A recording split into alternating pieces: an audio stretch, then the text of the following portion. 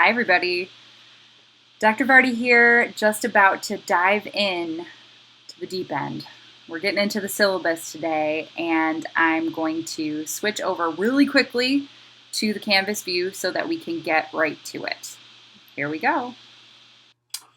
Okay, so here we are. I'm pulling up the syllabus. The first thing that I want to draw everybody's attention to is the title of this course. Now, I know we talked about in the welcome video how this is a service learning course. Y'all know that. But I have titled this class Writing for and About, for/about the community.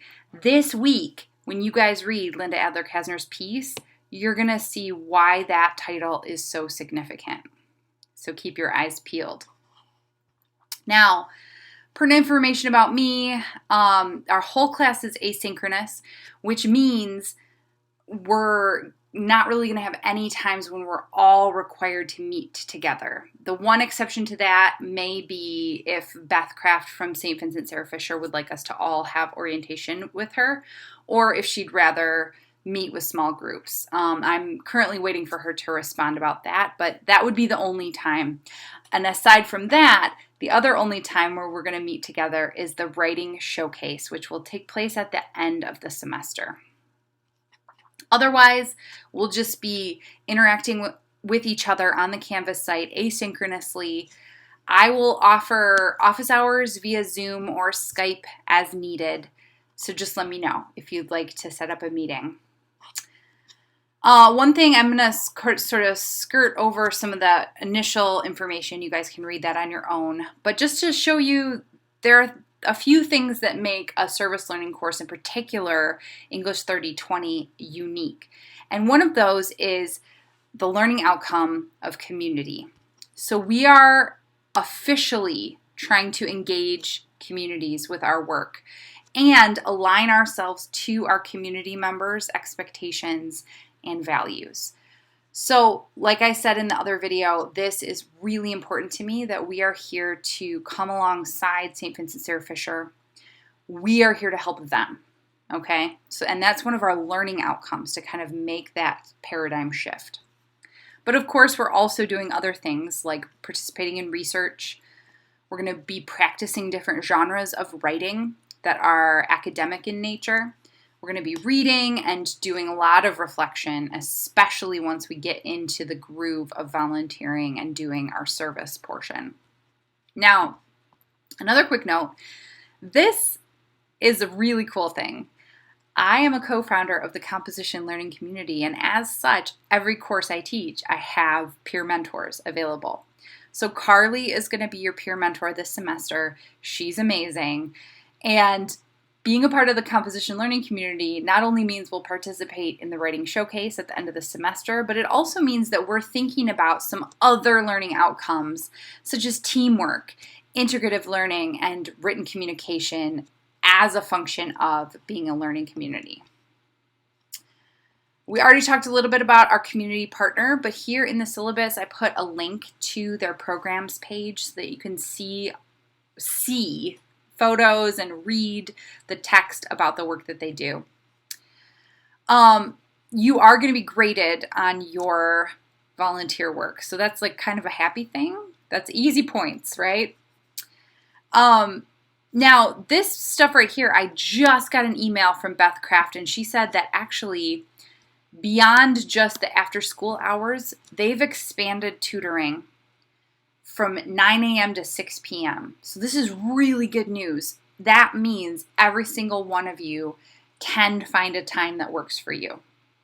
So just be encouraged. There are going to be lots of times available for you to do work with St. Vincent Sarah Fisher. Now, switching gears a little bit, we're a service learning course, yes, but we're also fully online. So this is going to be an interesting element for us to think about and discuss as we go throughout the semester. One of the things I am looking for you guys to do is to make sure all of your ducks are in a row in terms of making sure you have the right technology, access to the internet. You're going to need your OneDrive access, Microsoft Word or Google Drive or some kind of word processing program, and also making sure that you have a backup in place. There always seems to be a power outage at some point during the semester. Now, when it comes to our online classroom, we're going to think about our Canvas page as our classroom. So that's where I'm going to be looking for you to do a lot of your engaging with your classmates, with me, with the assignments. And just like a face-to-face classroom, I'm going to expect the same rigor from you that I would if we were in a physical classroom together. So on average, we're going to have, like 2 to 3 smaller writing activities a week. I have posted like a suggested 3-day schedule. This is not by any means like required, but it's here to help you. I set up this framework where I try to schedule like chunks of the work to be due kind of throughout the week. Everything is firmly due on Sunday night. So if you wanted to, you could just do everything on Sunday night and then that's when it's due. But you might be in a hurt box if you did that because it's going to be about like 6 hours of work at one go. But if that's what works for you and that's what you have time for in your schedule, do it. I would suggest to help you thrive, not just survive in my class, follow this 3-day schedule. It's intended to make it easier for you, to break it down into more manageable bite-sized chunks. To thrive in this class, which is what I want for every one of you, it's a good idea to follow the schedule, but also to keep in regular communication with me and with Carly, your peer mentor. We don't know what we don't know, and we can't help you if we don't know that there's a problem. So keeping up regular communication with us as well as keeping up with the schedule is going to help you thrive in this class.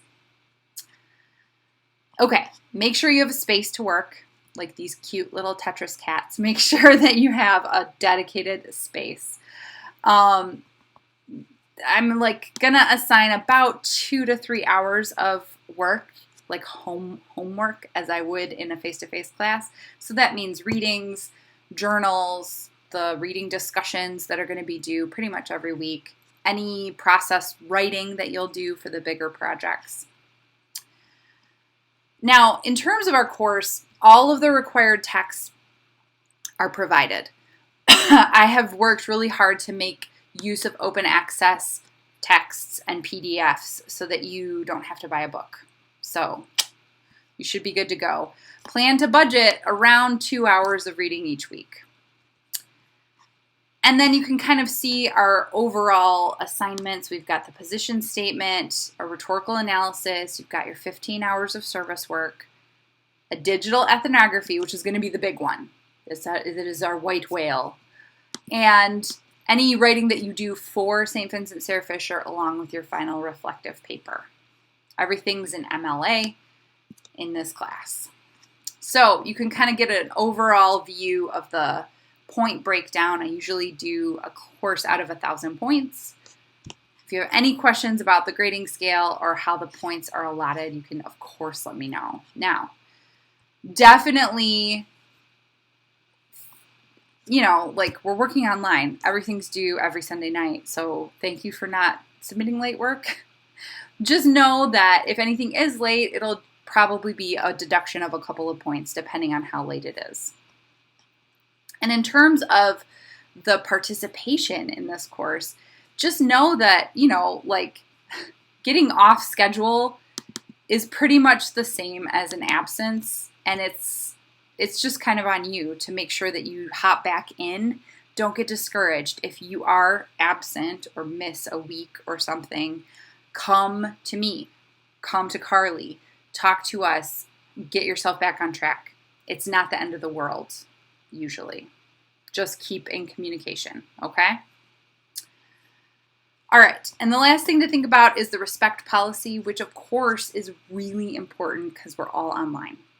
Just remember, stuff doesn't translate. Tone doesn't translate. Jokes, depending on what kind of jokes they are, just be aware of your surroundings and be aware of your audience when you're communicating online. always show the same respect to others that you would like to be shown to you. Definitely communicate with me. I don't know what I don't know, and my whole teaching philosophy is that I give you guys 100%.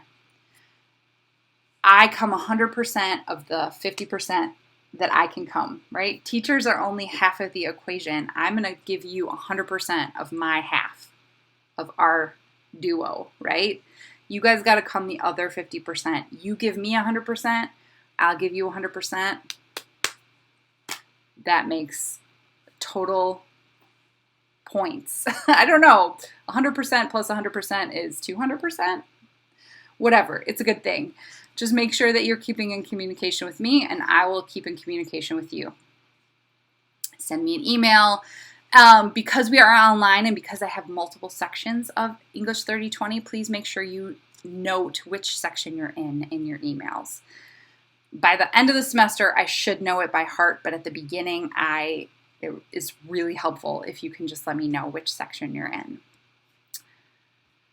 Make sure that you're communicating with your peer mentors. Carly is freaking awesome. So make sure that you are emailing her, using the WhatsApp that she's going to set up. I can't remember if she's doing GroupMe or WhatsApp, but she's going to have like a separate platform for you guys to talk to her.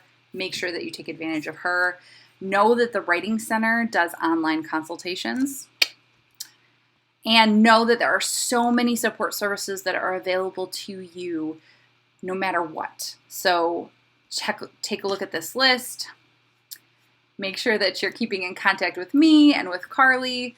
And I think that takes us through the entire syllabus.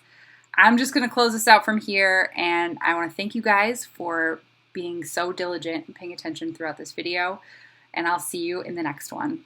Bye, everybody.